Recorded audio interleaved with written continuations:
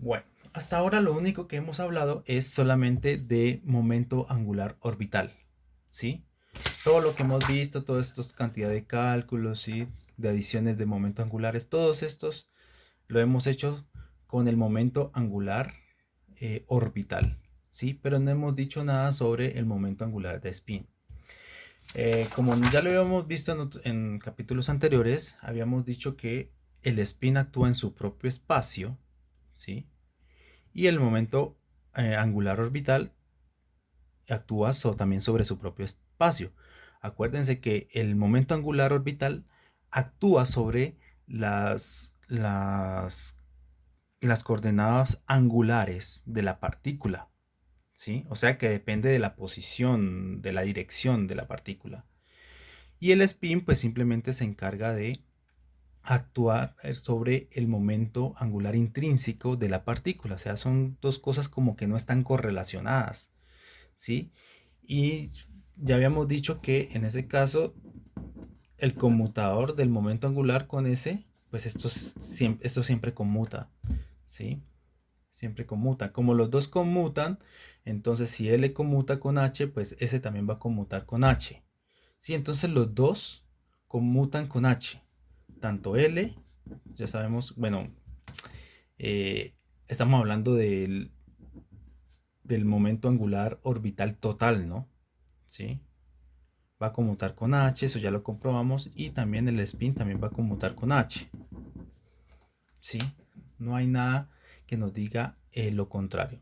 Entonces estos son buenos números cuánticos, las autofunciones para de S, pues también son autofunciones de H, y así yo puedo construirme un conjunto de autofunciones que sean autofunciones de L, S, que es el spin, y H. ¿Listo? Pero eh, todo muy bonito hasta ahora, pero resulta de que hay términos que pueden contribuir al hamiltoniano que no te conmute ni con L ni con S. Sí pueden existir tipos de hamiltonianos. Por ejemplo, este hamiltoniano.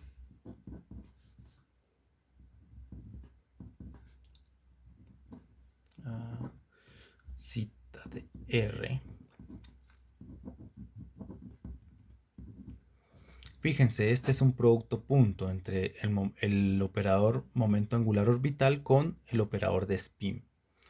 Este se le llama eh, acoplamiento spin-órbita, ¿sí? Acoplamiento spin, escribámoslo en inglés, spin-órbita. Bueno, aquí hay mezcla de inglés y español. Bueno, entonces fíjense que esto viene de una corrección relativista, ¿sí? Cuando la ecuación de Dirac, ¿sí? Cuando la solución de la ecuación de Dirac eh, se, se expande, digamos, de tal forma de que nos aproximamos a velocidades bajas. Entonces, cuando nosotros vemos cómo se convierte ese hamiltoniano de Dirac cuando las velocidades de la partícula son bajas, pues va a tener correcciones relativistas.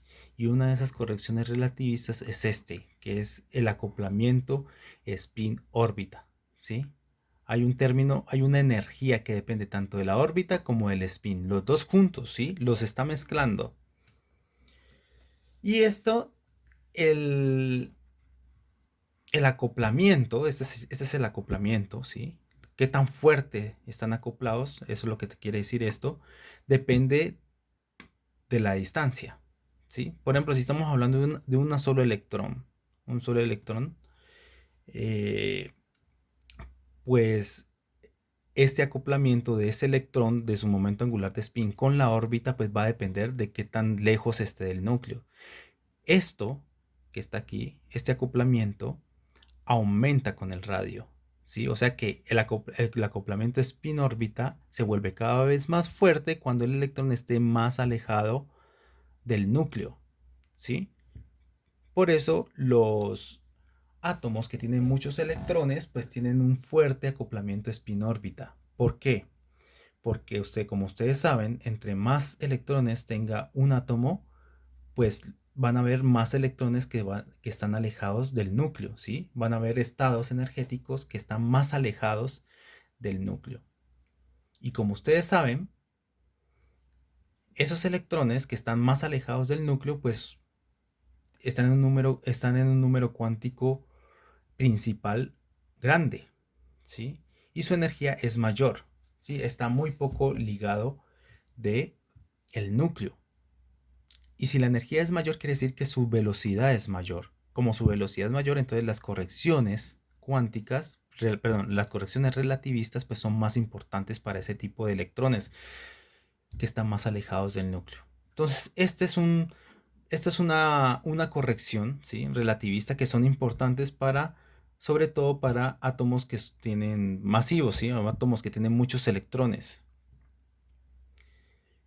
Este término es bastante relevante.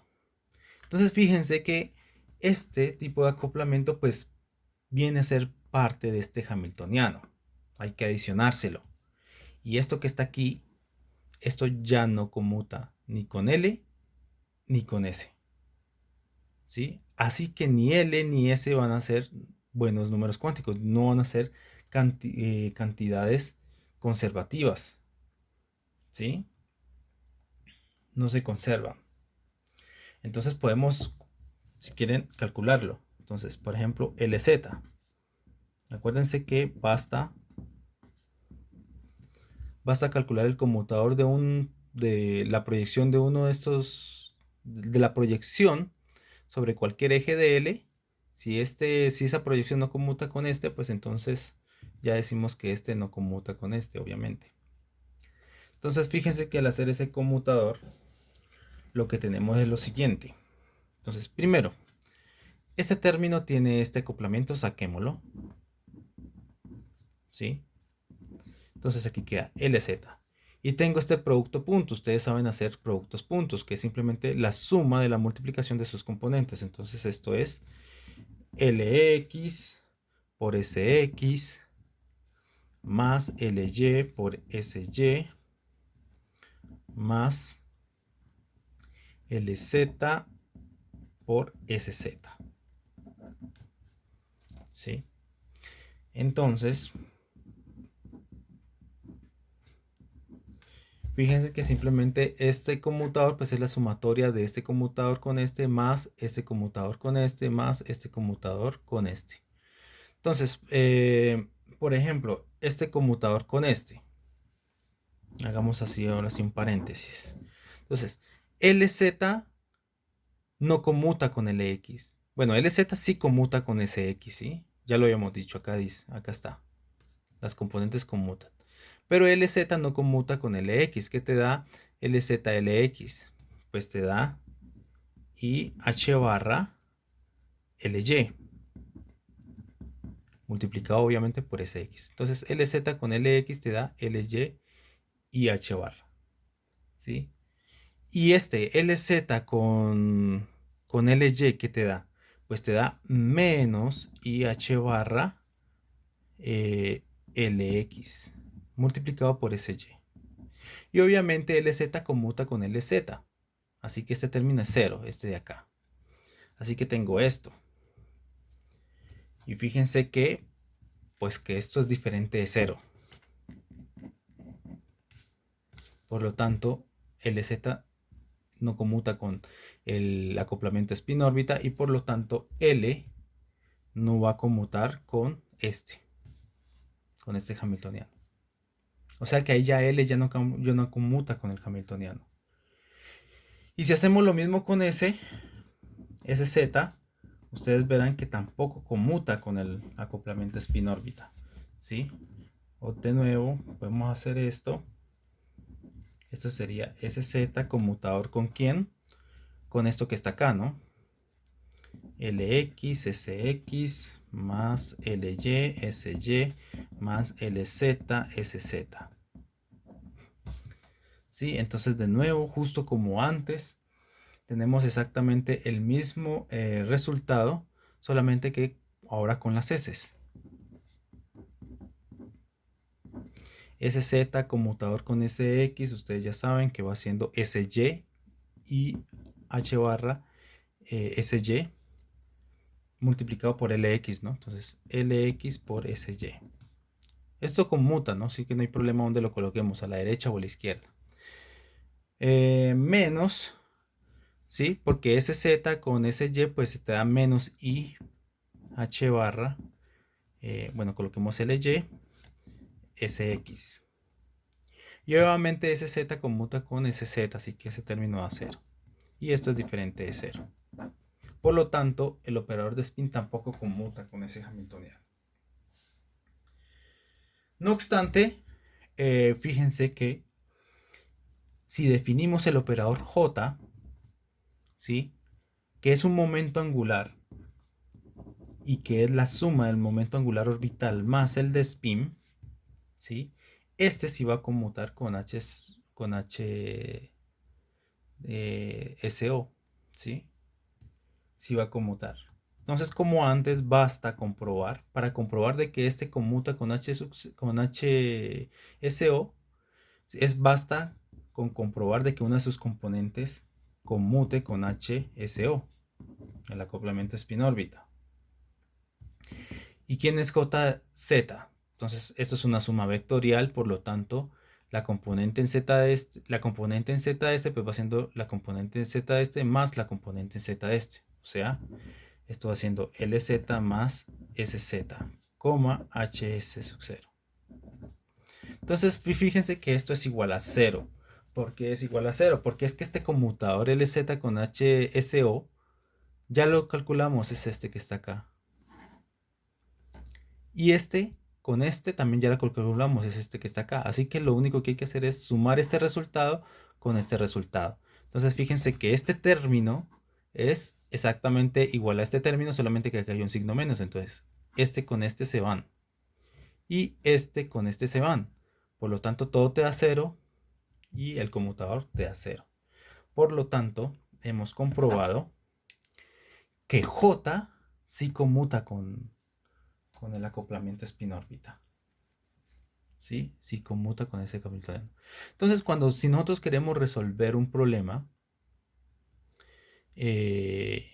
por ejemplo, un problema que tenga este término, este tipo de acoplamiento, pues es conveniente que en vez de utilizar L y S, estados, digamos, estados de L y S por separado, en lugar de utilizar esos estados, pues hallemos estados que sea de J, ¿sí? Estados de J, o sea, de la suma de ellos dos. ¿Qué estados son estos? ¿Sí? Esa es la tarea que, que tenemos por hacer, ¿sí?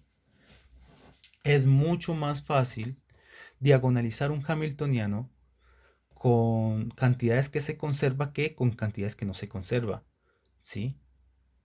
Esto es como sacarle simetrías al sistema, ¿sí? Esto es una simetría del sistema. ¿Por qué? Porque no varía en el tiempo, o sea que esto se conserva. Entonces esto es una simetría. Entre mayor simetría se encontremos en un hamiltoniano, más fácil es diagonalizar ese tipo de hamiltoniano. ¿Por qué? Porque nos permite diagonalizar el hamiltoniano por bloques, no una gran matriz grande, donde tengo muchos elementos de matriz, ¿sí? No una gran matriz así, sino que si lo cambiamos a una base de cantidad, de la simetría del sistema, pues eso me va a producir que esa matriz se convierta en matrices más pequeñas, que las puedo diagonalizar por separado. ¿Sí? Vamos a ver eso después. Entonces, en general, nosotros hablamos de una adición de momento angular cuando adicionamos cuando adicionamos dos o más momentos angulares. ¿Sí? Este J sub 1, este tiene J sub 2. Este puede representar, por ejemplo, la adición de un momento angular orbital con de spin. Este también. ¿Sí? Entonces, esto es en general. ¿Sí? Forma general. Entonces, lo que nosotros debemos hacer es diagonalizar el hamiltoniano, pero en esta base. ¿Sí? Con eso se nos va a facilitar mucho las cosas. Con esta no, porque con la base que de L ni de S no es conveniente. ¿Por qué? Porque como no conmuta, entonces te van a mezclar muchos estados y va a ser un problema.